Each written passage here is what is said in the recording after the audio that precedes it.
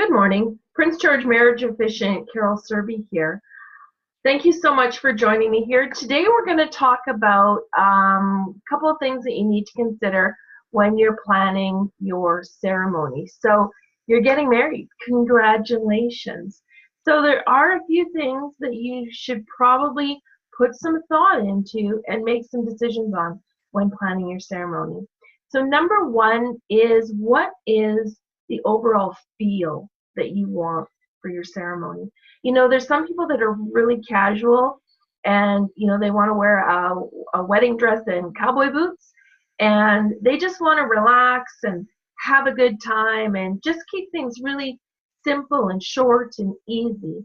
And then there's some people that really love the traditions and ceremony that go with getting married. They want everything formal. They want everything right down to the T, the way their parents and their grandparents did it. So whatever way is good for you is good for you. That's fine. But make the decision on how you want it. My puppy says hello. You see her there. She says good morning. The next thing you need to think about is how much you want your friends and family included in the ceremony. So a lot of ceremonies that I do, we're becoming a lot more casual in society. And a lot of the ceremonies I do, people want their friends included. There's actually a phrase where I ask the parents, do you support the bride in marrying this groom? And then a lot of times I'll go ahead and I'll ask the friends and family, the audience, whether they offer their support in this marriage. And we get all sorts of really fun stuff coming back. You can always tell who the jokesters are in the family. So that's always a lot of fun, really lifts the vibration, really creates a lot of laughter. And, to me, if that's your jive, that's what your wedding is about, then that should be included. So on a little bit more of a downer note, we all have those people in our lives that we would love to have at our wedding ceremony, but they've passed and they just can't be there, obviously. So what I always recommend is there's a couple ways you can address this. You can do like a 5x7 photo and place it on the chair that they would traditionally have sat in at your ceremony. Or alternatively, you could have a little side table with a photo or a couple of photos of people that have been important to you in the past, that have passed and can no longer attend. It's a really great way to commemorate them, to honor them, and to have them at your ceremony in spirit anyways. So number 4 is putting a spin on traditional vows. So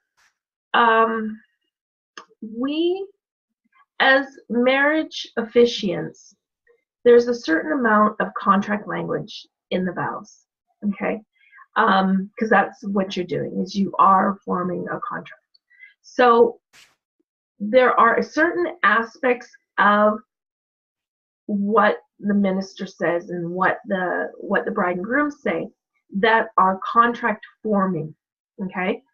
Now, those aspects cannot be removed in the ceremony. However, what we can do is we can play with how they are said. As long as there's a commitment made and recognized by both parties, that forms the verbal part of your contract. So we actually have a lot of leniency in how that is said. So let's make sure that we put a spin on the traditional stuff. If you're a traditional person and you want traditional vows, by all means, we can do that. But I also offer a lot of other options that we can, pull from and pick and choose from and really have a lot of fun and make them really personal. Because this is a very public, very personal day for you. So you may as well make it exactly what you want. And the last question, or the last thing to consider, is the receiving line. So receiving lines were very traditional. A lot of people are getting away from them now. Now, what it is an opportunity. After the ceremony is complete, you've been announced man and wife, you walk down the end of the aisle. At the end of the aisle, you actually form a line. So all the guests can come along and shake your hand and offer you their congratulations. I think that this was a traditional thing to do in the past because when there was a wedding in a small community, it's not necessarily that everybody was invited to the reception or the dinner afterwards. So if the community came out to the actual ceremony, then it was a way for those members of the community to offer their congratulations, to say we wish you well, and then they could then go home, right? Now, I usually now we don't have uninvited guests at our wedding ceremonies. And it's not that in the past of those guests were uninvited, it's just finances and location and distance traveled and speed of distance travel. Sometimes it just wasn't viable, right? It just wasn't viable. So just, I would like you to consider whether you would like to do a receiving line or not. To give, you're going to see most of these people at your reception anyways. They may or may not remember to offer their congratulations. So it does give them a very specific opportunity to shake your hand, kiss your cheek, give you a hug, and give you that heart-to-heart felt love and appreciation and support. So that's what I have for you today. Thank you so much for joining me. If you're in the Prince George area, I am available to do wedding services. It's a little early in the morning. It's probably not even 8 o'clock yet. You can reach me at princegeorgeweddingofficiant.ca. Anyways, I hope you have a great time and have a super day. Okay, bye-bye.